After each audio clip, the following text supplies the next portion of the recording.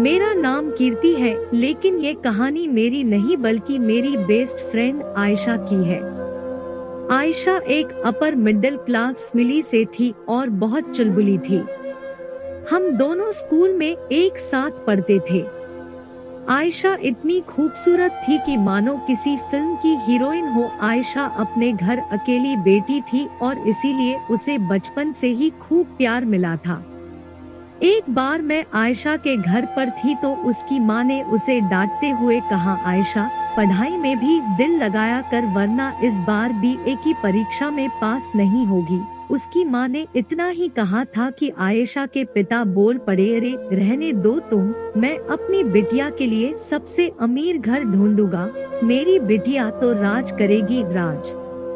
आयशा के पिता की बातों से लगता था कि वो उसकी शादी किसी बहुत बड़े घर में करेंगे। मेरी बीए की पढ़ाई खत्म हो गई और मैं एमए करने किसी दूसरे शहर चली गई। अब मेरी आयशा से बात नहीं होती, लेकिन मैंने कई बार उसके बारे में सोचा था। आयशा को मिले अब 6 साल हो गए, मेरी भी शादी हो चुकी है और यकीनन आयशा की भी हो चुकी होगी। एक दिन मुझे किसी काम से बाजार के साइबर कैफे में जाना था। जब मैं साइबर कैफे से बाहर आई तो एक लड़की खड़ी थी जो कि बहुत जानी पहचानी लग रही थी। गौर से देखा था तो मैं खुशी से उछल पड़ी क्योंकि ये आयशा थी। मैं उसके पास गई और उसे गले लगाया और उसका हाल चाल पूछा। अभी मैं कुछ और पूछती, आयशा ने कहा, कीर्ति मैं अपनी बेटी को स्कूल से लेने आई हूँ, उसका छुट्टी का टाइम हो गया है, फिर कभी मिलूंगी तुमसे। मैंने मन ही मन सोचा हम दोनों बेस्ट फ्रेंड्स थे, लेकिन ये आयशा इतना अजीब तरह से क्यों पेश आ रही है। पहले तो ये बहुत मस्त चुलबुली हुआ करती थी। मैं अगले दिन फिर उसी साइबर कैफे में काम से गई तो आयशा वही खड़ी हुई थी। इस बार मैंने उसका हाथ पकड़ा और पास के कॉफी शॉप में ले गई और कहा, आयशा क्या हुआ तुम्हें? मुझे तुम उदास लग रही हो, घर पर सब ठीक तो है? आयशा ने अकबके मन से मुझे कहा कि हाँ सब ठीक है, लेकिन मैं जानती थी कि कुछ तो गड़बड़ है। मैंने फिर उसे समझाया कि आयशा मैं तुम्हारी बेस्ट फ्रेंड हूँ, अगर तुम अपनी प्रॉब्लम मुझे नहीं बताओगी तो किसे बताओगी।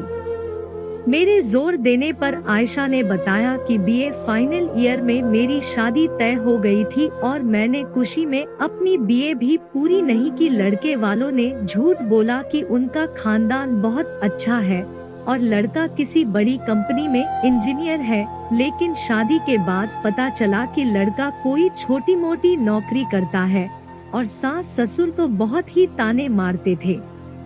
उन्होंने मोटे दहेज के लिए झूठ बोलकर शादी कर ली। इतना सुनकर मेरे होश उड़ गए और आयशा की आंखों से आंसू निकलने लगे। उसने बताया इतना ही नहीं, जब भी उसका पति घर आता तो शराब पीकर आता और रोज उसे मारता। उन्होंने मुझे घर से भी निकाल दिया ये कहकर कि ये बेटी पता नहीं किसकी है। आयशा ने मुझे बताया कि अब वो अपने माँ के पास रहती है और उसके पापा की डेथ हो चुकी है। उसके पापा जो बिजनेस करते थे वो भी अब बंद हो चुका है। आयशा की ये कहानी सुनकर तो मेरे पसीने ही छूट गए। दोस्तों, हर माँ बाप हमेशा यही कोशिश करते हैं कि उनकी बेटी की शादी किसी बड़े घर में हो और वो पूरी उम्र राज करे, लेकिन कई बार किस्मत को कुछ और ही मंजूर होता है। इसलिए हर माँ बाप की ये जिम्मेदारी बनती है कि उनकी बेटी आत्मनिर्भर बने और अच्छी शिक्षा हासिल करे ताकि शादी के बाद भी वह अपना सिर गर्व से ऊंचा रख कर चल सके। अपनी बेटियों को आर्थिक रूप से इतना सशक्त जरूर बनाए ताकि वह शादी के बाद भी आत्मनिर्भर हो सके। अगर आपको ये इमोशनल स्टोरी अच्छी लगी तो फेसबुक और व्हाट्सएप पर शेयर करना ना भूलें। और अगर आप हमारे चैनल पर नए हैं तो हमारे चैनल को सब्सक्राइब करके नोटिफिकेशन बेल जरूर दबा ले ताकि हमारी आने वाली सारी वीडियोस की अपडेट आप तक सबसे पहले पहुंचती रहे। धन्यवाद।